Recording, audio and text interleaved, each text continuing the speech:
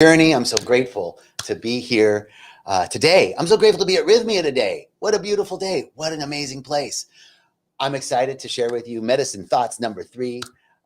Thank you, Jerry, for asking me to step in to do this Facebook Live today. I'm so grateful. I love doing it. I love doing it. I love being here. I'm so grateful to be at Rythmia because so much transformation happens here every week in and week out. And the premise of what is taught here is fundamentally a medicine thought. What we teach here comes from the medicine, and it came through our founder and my brother Jerry and his medicine journeys, and he's delivered it in such a brilliant way. And I've gotten to teach it over these last 5.5, almost 6 years. So I want to share with you today a little bit about Rythmia, while you're streaming through, just what's going on here this week, all the healing, to give you a little sense of what's up at this amazing place. And then I want to talk to you about some medicine thoughts, really clear messages about how there's nothing wrong, about how perfect you are, even in what you think are your faults, even in what we think are our deficits, is perfection, this grand design. So I want to share with you some thoughts from the medicine and a funny story about Oprah on ayahuasca. No, Oprah didn't come here. But I got a story. I want to share with you a story. Got a cute little story for you. Okay, Rythmia. One of the most beautiful teachings here at Rythmia that is a direct thought from the medicine is that we are, hey, Reverend Kathleen McNamara, good to see you. Hey, everybody over here in Instagram world. Hello, everyone over here in YouTube and Facebook world. Thank you for streaming in. Welcome, pull up a seat. Diego, what's up, brother? Hello, everybody. All right. The fundamental teaching at Rythmia is in alignment with the fundamental principle of the universe. And this is that we are never separate, that we are always a part of this whole, a wholeness from which we emerged, that we come into this world perfect, whole, and complete. We come in, we take form, literally from the formless to the formed, from the invisible to the visible. There was an impulse, an idea in an infinite realm of possibility and potential. Some people back in the day called that God. Today, the physicists call that the unified field. We call it consciousness. The metaphysicians call it consciousness. There was an idea in consciousness of you and of me, and we emerged into this world, and we came in perfect, whole, and complete, and we still are. But when we came here, something happened. Something happened, and we said to ourselves, a thought came into our mind that said, I'm not enough. I'm not safe. I don't belong, or I'm not loved. Something happened. It could be as simple as I didn't get fed on time, or I didn't get to play Monopoly with my brothers and sisters, or I didn't get picked for kickball. It could be as traumatic as what Jerry experienced, child molestation or abandonment. Anything on that spectrum, it doesn't matter, because trauma isn't what happened. Trauma is the story that we tell ourselves about what happened. So something happened, I didn't get to play kickball, or I was abandoned. And either way, the story that we tell ourselves is I'm not safe, or I don't belong. And that story, as simple as it is, it's a child mind, an impression that we took on, and then we see everything else in our lives through that impression. Here's how it works. Imagine, this is an example from Michael Singer in a wonderful series, a lecture series that he did called Living a Life of Surrender. Michael Singer talks about how this first impression occurs and how we see everything else in our lives through this first impression. At Rythmia, we call it show me who I've become. So let's say we come in perfect, whole, and complete. We're like a blank screen. Remember those first plasma TV screens, the very first ones that came out, the really big ones, the first flat screens? And remember, if you paused like a movie or something, the image would burn on the screen, right?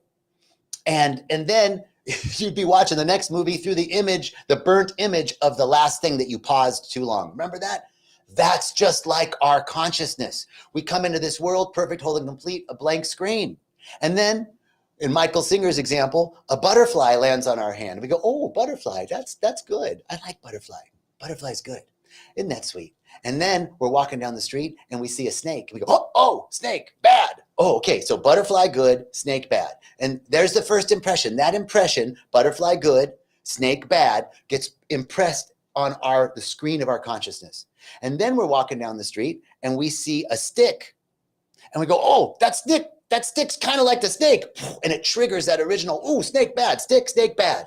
And then we're walking down the street and we see a twine, stick, snake, and a rope, twine, stick, snake, wire, rope, twine, snake. So we go through life with all of these things that aren't at all like the first impression, but they're similar. They kind of remind us of it. So it triggers that initial, I'm bad, I don't belong, something's wrong, I'm not enough, and I'm not safe. We go through life like this. These impressions get stacked upon us. So we come in perfect, whole, and complete. Something happens and we split from ourselves. What's that split? That split is that I have to hide something. There's a part of me that's not okay. If I didn't get picked for kickball, must be something wrong with me. If I was abandoned, must be something wrong with me. I got to hide that. That's not good. That's a crack. That's a imperfection. That's a defect. And so I want to hide that. So I put on a mask to hide that. I put on a protective coating. And I say, well, if I didn't get picked for kickball, I've got to be the smart one. I've got to be the one that helps everybody out. I got to be the one that's responsible. Whatever we think we need to be in order to get picked again for kickball, that's the mask. These impressions happen early in our childhood. And then we go through life, and that early impression, it's not in our conscious mind any longer. It's in our subconscious mind, but it's still affecting us. We see a rope and we think it's the snake. We see a stick and we think it's the snake. We have something that happens in life that's similar, but not the same. And it triggers that same initial reaction. And that leads us to a place of being, leads us to a place in life where eventually we don't even know what we like anymore. We don't even know who we are. We feel so disconnected from ourselves. And that's why people come to Rythmia. And what happens at Rythmia is you get to see, oh, wow, all this stuff that I thought, that's all because of this snake that I saw, but none of the other stuff is like it. And we get to see the lie that we were telling ourselves. Here's another example of that. I got a cute little story for you. All right, you guys ready? This story is about a cracked pot. So there was a cracked pot. This story is an example of, hey, Zib, what's up, brother? Good to see you, man. This story is an example of how what we think is our imperfection is actually a beautiful way to serve. This is what we see at Rythmia, that we thought was bad. What we thought was bad is actually good. So the story of a cracked pot. I'm a crack. There's a saying in English, right? Crackpot. He's a crackpot. We're all cracked pots. We're all crackpots. So there's a story of the cracked pot, and the cracked pot is feeling kind of bad because it's got this crack in it, and it can't carry all the water. Every time it gets to the master's house, it doesn't get all the water to the master's house. And it feels bad because there's a perfect pot that doesn't have a crack in it, and it gets to carry its full complement of water to the master's house. So the cracked pot the cracked pot's feeling a little bad. It's feeling sad. It's like, I'm not a really good pot. I'm not fulfilling my mission. I'm not like the perfect pot. I'm spilling water. I can't even do what I was made to do. Not even, right? Ever feel that way? So the water carrier notices that the cracked pot's feeling kind of bad. So he says, hey, cracked pot, what's up? Why are you feeling so bad? And the cracked pot says, well, because I can't carry all the water. You know, the water carrier senses this. And he says, hey, cracked pot, look down on the floor, on the path where we carry the water. What do you see? And the cracked pot looks down and he says, I see flowers. And the water carrier says, yes, those flowers bloomed because of the water that you spilled when we were walking to the master's house. And not only that, but we cut those flowers every day and they become a gift of beauty for the master's table. Well, the cracked pot was very happy about this and felt, maybe I'm not so bad.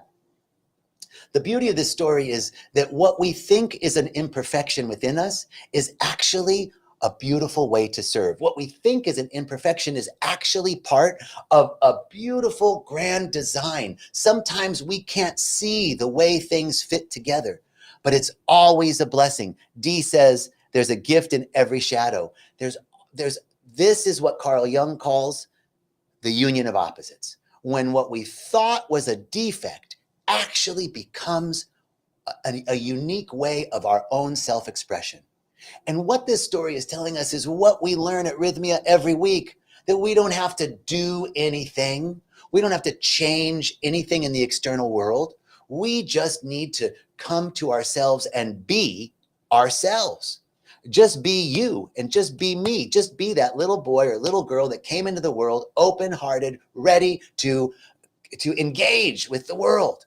So this is one of the key pieces of the teaching here at Rythmia, is to be who we are, just as we are. That even what we thought was bad, what we thought was wrong, what we thought was a defect, what we thought was our perpetrator, what we thought was a limiting story, a limiting belief, what we thought was wrong with us was actually the thing, is actually the thing that's the fuel for our next stage of growth and development. It's all so perfect. One of the beautiful lessons, one of the beautiful thoughts from the medicine that we get is that life is perfect, that there's nothing wrong, even in what we think is imperfect, even in what we think are imperfections. I want to share with you one of my favorite personal experiences of the medicine. When I first came to Rythmia, I was in ceremony. It was my first week of doing ceremony at Rythmia. And the first night I was in ceremony, I noticed that the shaman would come out and give these blessings to people, that we were all on our mattresses and the shaman were up on the front altar, and they'd come out with their waira and their shandur, their lotion and their special leaves, and they'd do a cleansing on people. And I saw this happening and I was like, I want a blessing. I want one of those, right? So the first night I would watch the shaman come like he's coming towards me, and I'd think I was going to get my blessing, and then no blessing, he'd walk by to somebody else, and she'd come toward me, go to somebody else. So that was the first night. And the second night, same thing. And I'm in my head now. This is how everything is perfect, right? Because I'm in my head now. I'm going, why am I not getting a blessing? Like, there's something wrong with me, or something's against me, or oh, it never happens for me. There's an old thought that stuff like that never happens for me. It happens for other people. Other people get their blessings. That just walks by me. That's the way life is. That's a limiting belief. So this is all coming up in the medicine while I'm watching the shaman. Night 2, walking by me. I'm waiting for my blessing. I'm like, now the third night I'm going in and I'm like, I want my blessing. Like, what's up with this? This is ridiculous. Why am I not getting a blessing? So I'm on my mattress, night 3, and I'm feeling a little bummed. I'm getting a little angry, actually. And so at one moment, this is the beauty of the medicine. You just keep being you. You just keep experiencing. You just keep experiencing what you're experiencing. Keep observing it. Right? So I just was observing that I was getting angry, that I wasn't getting a blessing, that I was feeling left out, that I was feeling like I was passed over. That's a familiar story. What comes up in the medicine is a parallel experience to what comes up in life. So in a moment, all of a sudden, I had this realization that whoever was getting a blessing was actually my blessing. That we were all one. I had this deep realization of oneness on the medicine. And so that all of a sudden I wasn't upset that other people were getting blessings, because I realized that their blessing was my blessing and that my blessing was their blessing. So I started, that little shift in perception was a miracle. And now I'm on my mattress and the music is playing, and I'm being, this is Oprah to ayahuasca ceremony. I'm being Oprah at an ayahuasca ceremony going, you get a blessing. You get a blessing. Oh, blessing for you. Oh, your blessing is my blessing. Woohoo. I'm dancing. My eyes are closed. I'm sending out blessings. I'm knowing that all the blessings that are happening are my blessings. And all of a sudden I open my eyes and one of the shaman is standing in front of me and he says, brother, would you like a blessing? Yes, I'd like that blessing. Right? I love this story too, right? Because it shows just the same thing as the cracked pot, that what we think is our defect, what we think is wrong, is actually a blessing for us, and we don't know how it all fits together. But I had to go through that to see a deep realization of oneness so that I could realize that everybody's blessing is my blessing, give up the attachment to the blessing. And when I did that, the blessing came to me. What we seek is seeking us. What we want wants us back. It's a universal principle. And when we stop our judgment, this is why we don't need to judge ourselves or judge another. Because freedom is observation without judgment. There's a medicine thought. Freedom is observation without judgment. When I can simply observe without judging something as good or bad, the truth of that situation emerges, whether it's a cracked pot or not, or a blessing in ceremony. When we can observe without judgment, the truth of any situation emerges. It takes patience and it takes breathing. But when we do that, life comes to us with ease and grace in a magical way. So, so right here, this week at Rythmia, man, let me tell you, it's just amazing. It happens every week. If you haven't been here, you've got to come check out the miracles that happen each week. The miracles, just like the miracle of something sitting in ceremony and having a deep realization of oneness with all of life and realizing that I don't have to do so much. I don't have to do anything. I just have to be. So one day in service at Agape, Reverend Michael said, it's not about doing, it's about being. And he goes, it's not doobie doobie doobie doo, it's be do be do be do be. We have to be, and then the doing falls out. We be love, we be at peace, we be in observation, we be without judgment, we be the frequency of that which we are seeking. And we don't have to do anything, right? Action falls out of that level of awareness. When I am in a mode of doing, I've got to do things in order to be a certain way. I'm coming from a fundamental sense of lack. I'm coming from a fundamental sense of separation. I have to do stuff to change something about myself.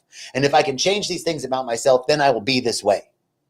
What the cracked pot story is telling us, what the blessing story and ceremony is telling us, and what Reverend Michael's story of doobie doobie doobie doo or be do be do be do be is saying that it's more about our way of being, more about vibrating in a particular frequency of our thoughts. Understand once and for all that our minds have a creative and magnetic power to draw anything we want to us. And the mind works in visual pictures.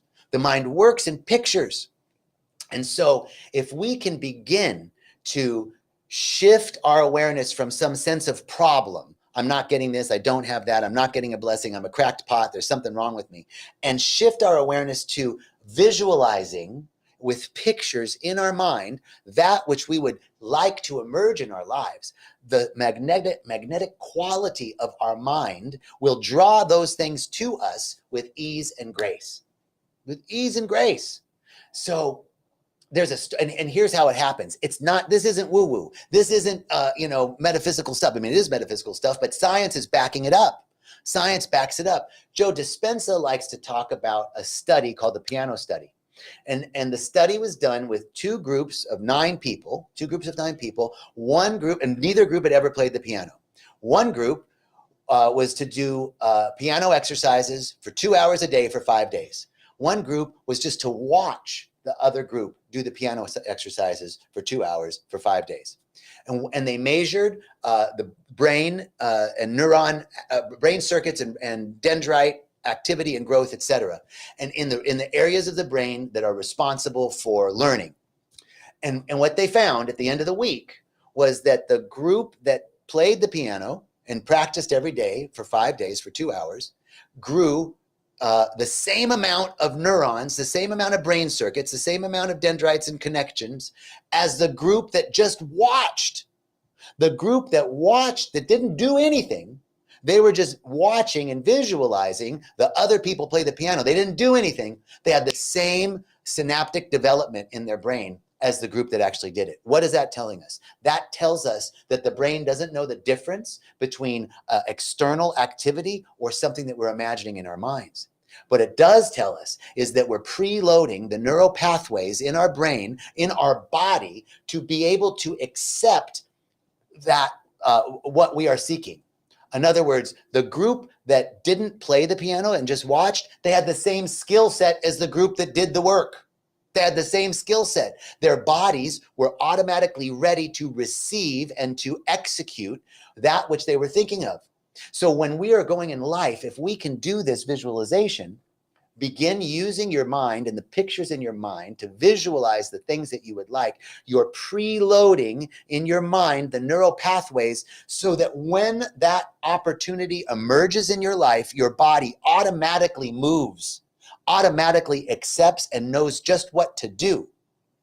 That's called flow. That's called ease. That's called grace. And that is something that we all have the power to do. Understand once and for all that your mind is a powerful magnet, and it understands things in pictures, in feelings. So as we work with our mind, we can literally create the opportunities and possibilities for that which we are seeking to emerge in our life, and we've prepared ourselves to be able to receive it when it happens. Woo! That's some good stuff. All right. I'm so grateful. I'm so grateful. Luis, hey, thank you so much. I'm so grateful to be here, Costa Rica family. I'm so grateful that you're here, Luis. I'm so grateful. Everybody, Colette, hello. Colette from Ireland, great to see you. That's my worst Irish accent. I'm sorry, Colette. Everybody over here in the Instagram world, thank you so much. Thank you for joining us. It was such a pleasure to get to do this. Wishing many blessings to Jerry, and just taking a moment right now, right here and right now, to just stop and center in this one truth. We're closing our eyes. We're turning away. If you can, close your eyes and turn away from the world of doing, the world of busyness, the world of getting and spending and late and soon and task lists and to-do lists. You just turn away from it for a moment, just a moment. Begin to sense the presence. I'm going to ask you to bring into your awareness one thing that you're super grateful for. One thing that's a moment in your recollection of being in joy, of being in bliss, of feeling connected, of feeling gratitude. Bring that idea, that memory, bring it up. Feel it. Allow that feeling. Take a breath and breathe that gratitude. Breathe that bliss into your heart. And feel it expand to every cell of your body right now. Feel that gratitude, that love, that bliss, that joy that you experienced in the past. Bring it into the present and feel it moving into every cell of your body. And this is what I'm grateful for. I'm so grateful and so thankful for this place called Rythmia. I'm so grateful and so thankful for the opportunity that life offers all of us. That I'm so grateful to know that everything is in divine order. I'm so grateful to know that it doesn't matter if I'm cracked in one way or not, that it's all perfect, that I'm perfect just as I am, that you're perfect just as you are. I'm so grateful and so thankful to know. I'm so grateful and so thankful to know that there's a place where we can come to see the truth of who we are when we forget sometimes. I'm so grateful for the teachings and the teachers that have brought these teachings to us, and I recognize the one presence, the one mind, the one life. That life, which is infinite intelligence, infinite consciousness, is everywhere. It's in me and it's in you. There's intelligence in our cells. There's intelligence in all the systems of our body. There's intelligence in the photosynthesis of the plants outside and the way that the earth is spinning right now without human compulsion. We're not doing anything and the earth is spinning. Sun rose today. Everything's in order. I recognize that as the presence of consciousness, of intelligence, of infinite intelligence. We'll call that the presence of God. And I know that I'm one with it and you're one with it, that we can't be separate from it. We emerged from that field. We emerged as an expansion of that consciousness. You are an expansion of infinite intelligence. I am an expansion of infinite intelligence. And so as we are an extension of it, we can't be separate from it. We're part of it. So right now, right where you are, I know that all the intelligence is, all the peace is, all the abundance is, all the prosperity is, all the health, all the vitality, all the creativity, all the excellence is, that it's all right there, right where you are, right where I am. All we need to do is open up to receive it. So I know that there is a knower inside of each one in the sound of my voice that hears this and knows the truth of their being, that all we must do at the sound of this word, at the vibration of this frequency, there's something dynamic happening as we open up to receive our acceptance. We accept the peace. We accept the joy. We accept the abundance. We accept our health, our vitality, our creativity, our excellence, our prosperity, our harmony, our peace. We accept it all. As we accept it, we open the space for manifestation to rush in. I'm so grateful to know that each one lives in a friendly universe that is always providing for you, always providing for me, that all of our needs are met. All of our needs are met. Say that with me right now. All my needs are met.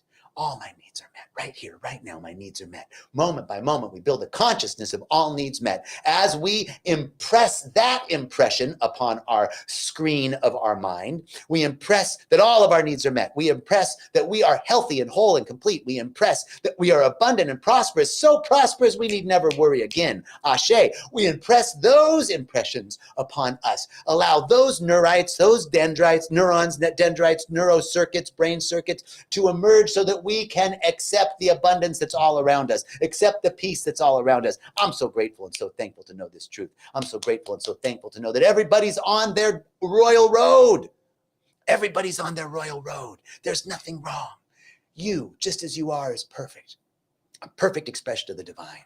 And when we allow our supposed imperfections to emerge, we see the perfection of everything, this divine grand design. Everything fits together. These separate puzzle pieces come together and form a unified whole of beauty in all aspects. I'm so grateful to know this. I speak this word now as a blessing for Rythmia, that it continues on this mighty, mighty mission that it has to be a beneficial presence on the planet and to create a space for others to realize that they are a beneficial presence on the planet. I know it's all happening now. I know that we're all blessed and a blessing. I know that we're all guided for and provided for. I know that we're all connected so deeply that we hear the voice of intuition and give immediate obedience to it. I'm so grateful for this word. I'm so grateful for this prayer. I'm so grateful for this opportunity. I'm so grateful. I'm just grateful. Woo! And I say, and so it is. Amen. Ashe. Aho. Ache pati. And so it is. Thank you all. Many blessings.